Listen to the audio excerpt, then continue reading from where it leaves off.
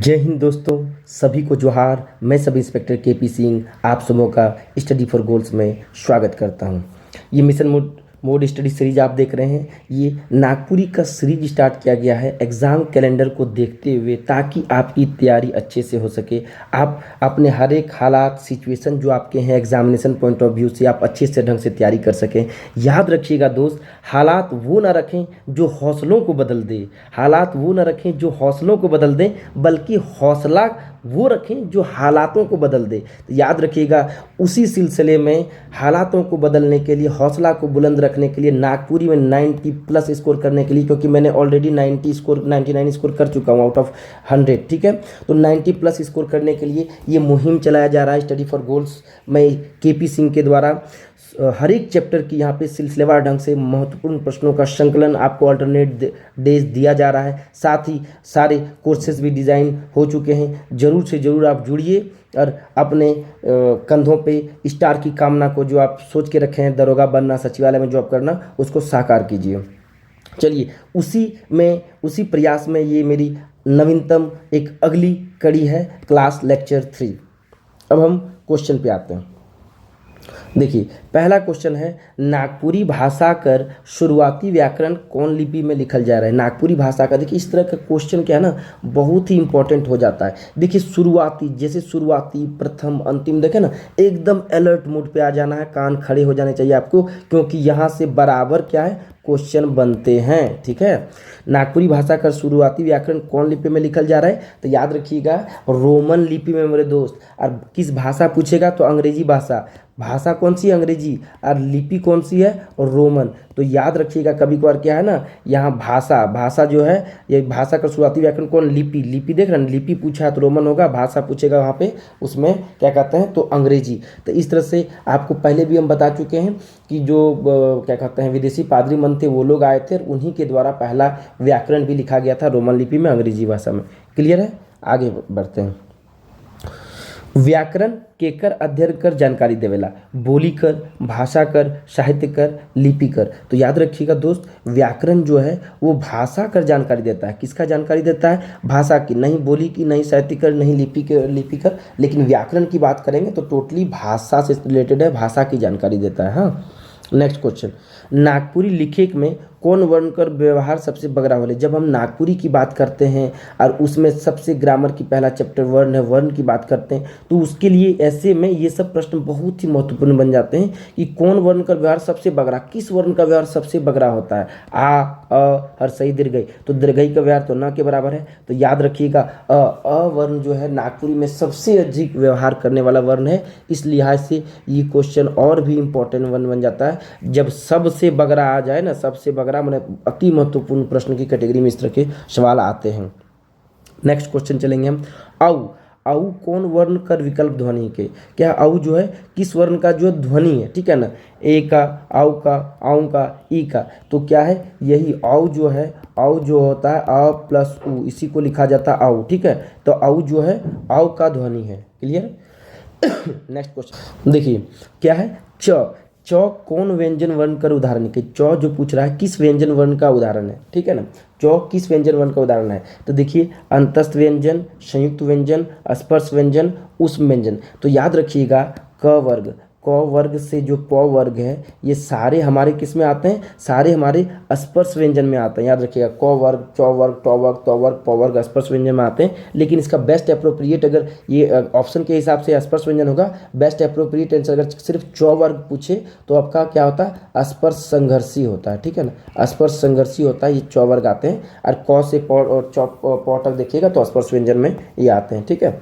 Option के हिसाब से ये सी आंसर होगा। हाँ, इस तरह से क्लियर। जो भी अगर डाउट अगर रहे तो आप जाकर के क्लास मॉड्यूल में जाकर के देखिएगा, बहुत ही बेहतरीन ढंग से सारी चीज़ों को रखा गया है। जैसे मैं आपको बताना चाहूँगा, देखिए, जब यहाँ पे आप जाते हैं इस प्रकार का कंप्लीट नागपुरी, तो यहाँ सारे आपको मिलेंगे। और देखिए, उसी को खोल करके दिखाया गया है, हर एक चीज़ को बेहतरीन ढंग से डिज़ाइन किया गया है, डिज़ाइन बाय मी। तो ज़रूर आप जुड़िए और बेहतरीन मार्क्स ला करके अपनी रैंकिंग को सुनिश्चित कीजिए। नेक्स्ट क्वेश्चन पे चलते हैं। स्पर्श व्यंजन क्या है, स्पर्श व्यंजन का उदाहरण देवल में से कौन है। क्या स्पर्श व्यंजन का उदाहरण इनमें से कौन सा है, ये बताना है, ठीक है ना। चलिए, य, प, ह, हैक्चो। तो याद रखिएगा अस्पर्श व्यंजन क्या है, अस्पर्श व्यंजन आपका हो गया प, ठीक है ना, ये अस्पर्श व्यंजन में प आता है। जैसे आपका ह क्या हो गया, ये स्वर यंत्र मुखी हो गया, ये स्वर यंत्र मुखी आपका हो गया ह, क्लियर है, ठीक है। हैक्चो, हैक्चो क्या है, हैक्चो त्र ज्ञो जो है आपका स्वर, ये सब आपके क्या है, संयुक्त हुआ, ये सब संयुक्त व्यंजन में आते हैं, ठीक है ना, ये सब सारे आपके संयुक्त व्यंजन में आते हैं। य तो अंतस्थ में आता है, य और ल वो ह जो है आपका, ठीक है। तो इस लिहाज से स्पर्श व्यंजन का उदाहरण क्या हो जाएगा, प। तो हर एक ऑप्शन को भी डिटेलिंग करते हुए हम चलेंगे, ताकि एक क्वेश्चन से आपके बदले में यहाँ 4 ऑप्शन से 4 क्वेश्चन आपका क्लियर हो रहा है। नेक्स्ट, स कौन व्यंजन खेजा कर उदाहरण के, स्व जो है, स जो है किस व्यंजन कर उदाहरण है। दंत स्व आपका पूछ रहा है किस व्यंजन का उदाहरण है, स्पर्श व्यंजन, संयुक्त व्यंजन, अंतस्थ व्यंजन और उष्म व्यंजन। तो याद रखिएगा तालेवर स्व, मूर्धन्य स्व, दंत स्व, ह, ये सभी क्या हैं, उष्म व्यंजन के उदाहरण है, याद रखिएगा, ठीक है ना, ये सभी क्या होते हैं, उष्म व्यंजन के उदाहरण है। दंत स्व, तालेवर स्व, ये सभी उष्म व्यंजन में आएंगे, क्लियर। नेक्स्ट, नागपुरी लिखे में कौन दीर्घ स्वर कर व्यवहार नहीं होता, नागपुरी में लिखने के लिए किस दीर्घ स्वर का व्यवहार नहीं होता है, ए आ, ओ ए, आ दीर्घ ई, ए ओ। तो याद रखिएगा नागपुरी लिखने में ए और आओ का व्यवहार नहीं होता है। नागपुरी में स्वर कितने होते हैं आपके, याद रखिएगा स्वर कितने होते हैं, 8। दीर्घ स्वर बोला किसका प्रयोग नहीं होगा, आ। कौन कौन सा होता है बताइए, अ, आ, हर्षई, दीर्घई, हर्षऊ, दीर्घऊ, ऐ, औ, बस यही 8 आपके होते हैं, ठीक है। ए और औ नागपुरी में व्यवहार नहीं होता है, हिंदी में होता है। तो इस प्रकार से कंसेप्ट को क्लियर करके चलते हैं। जिनको कंसेप्ट चाहिए वो जाकर के वीडियो लेक्चर पे देखेंगे, डिटेलिंग ढंग से बेहतरीन पीडीएफ के साथ किया गया है। नागपुरी एक रास्ता है दोस्तों, मैं बता रहा हूँ, जहाँ आराम से आप 95+ स्कोर तक भी जा सकता हूँ, क्योंकि मैं गया हूँ, मैं खोटावासी क्षेत्र से बिलोंग करता हूँ, उसके बावजूद मैंने नागपुरी को लिया और बेहतरीन स्कोरिंग किया। याद रखिएगा जब भी लोकल लैंग्वेज की बात करते हैं तो खोटा का भी सिलेबस लेंदी है, नागपुरी का सिलेबस उससे शॉर्ट है, साथ ही खोटा का भी आपको बेहतरीन दिया जा रहा है रंजीत सर के, आप तो जान ही रहे हैं। तो नागपुरी में भी जुड़िए आप, नागपुरी का भी एक अपना दे, एक अपना मज़ा है, एक अपना स्टाइल है मेरा पढ़ाने का, जहाँ पे आप डेफिनेटली बेहतरीन स्कोर कीजिएगा और अपनी एक रैंकिंग आप लगा के जाइएगा। नेक्स्ट क्वेश्चन, देवल में से कौन अनुनासिक व्यंजन का उदाहरण है कि देवल में से कौन सा अनुनासिक व्यंजन का उदाहरण है। अनुनासिक मतलब क्या होता है, बेसिकली मुंह और नाक से जो उच्चारण किया जाता है वही हो गया आपका अनुनासिक। म, य, ह, भ, म। देखिए म आप बोलिएगा तो आपका मुंह और नाक का थोड़ा बहुत का यूज होता है, तो ये हो गया आपका अनुनासिक। इसमें अनुनासिक में और भी बहुत सारा है, जैसे नाव, चांद बिंदु वाले भी आते हैं, गाँव, ठीक है, ठाव, ये सारे शब्द भी इसमें आते हैं। ना, मुंह और नाक से दोनों से उच्चारित होने वाले अनुनासिक कहलाते हैं।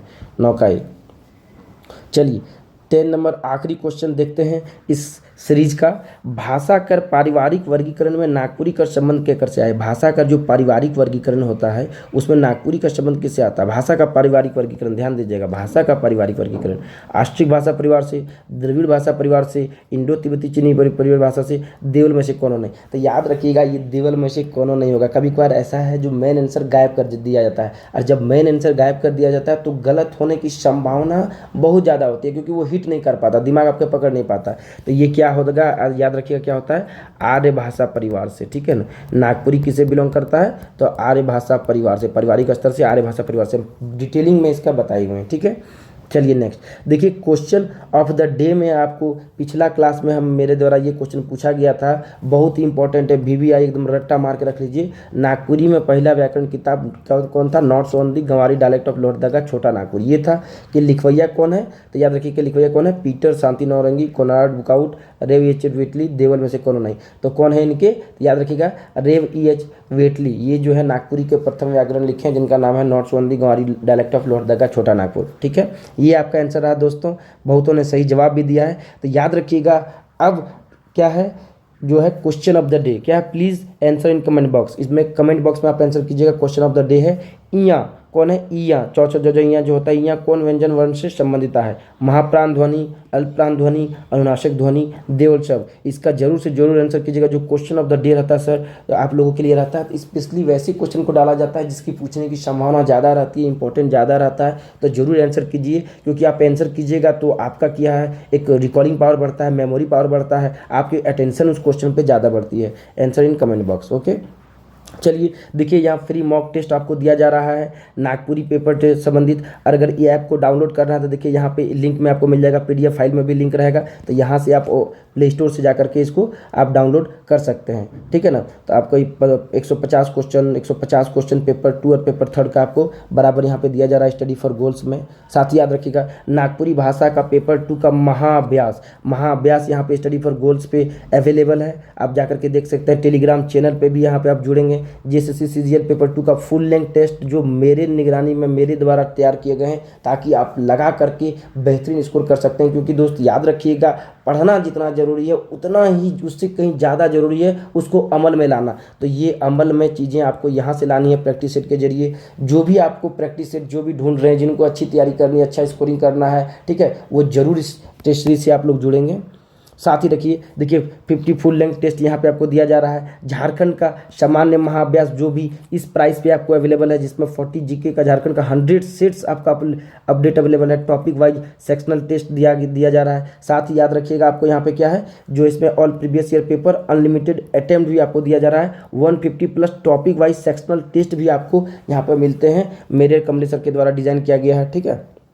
नेक्स्ट देखिए, कंप्लीट नागपुरी जो हम आपको बता रहे थे, complete Nagpuri, complete video lecture, hand written notes, mock test, sectional test, अगर एवरीथिंग चाहिए तो आप वहां जाकर के देख सकते हैं। वहां पे chapter wise sectional test, hand written notes, विगत प्रश्न के प्रश्न, फुल लेंथ, ये सारे नागपुरी में भी अवेलेबल है आपका। देखिए टोटल इस तरह से आप जाकर के देखिएगा, फिर आप ओपन करने के बाद आपको इस प्रकार फॉर्मेट में मिलेगा, तो आप अच्छी ढंग से यहाँ से तैयारी कर सकते हैं। और साथ ही इसके जुड़ने के बाद किसी प्रकार का कोई डाउट संशय रहता है तो आप basic study for goals management KP sir मानी मुझसे भी आप जुड़ सकते हैं, ठीक है।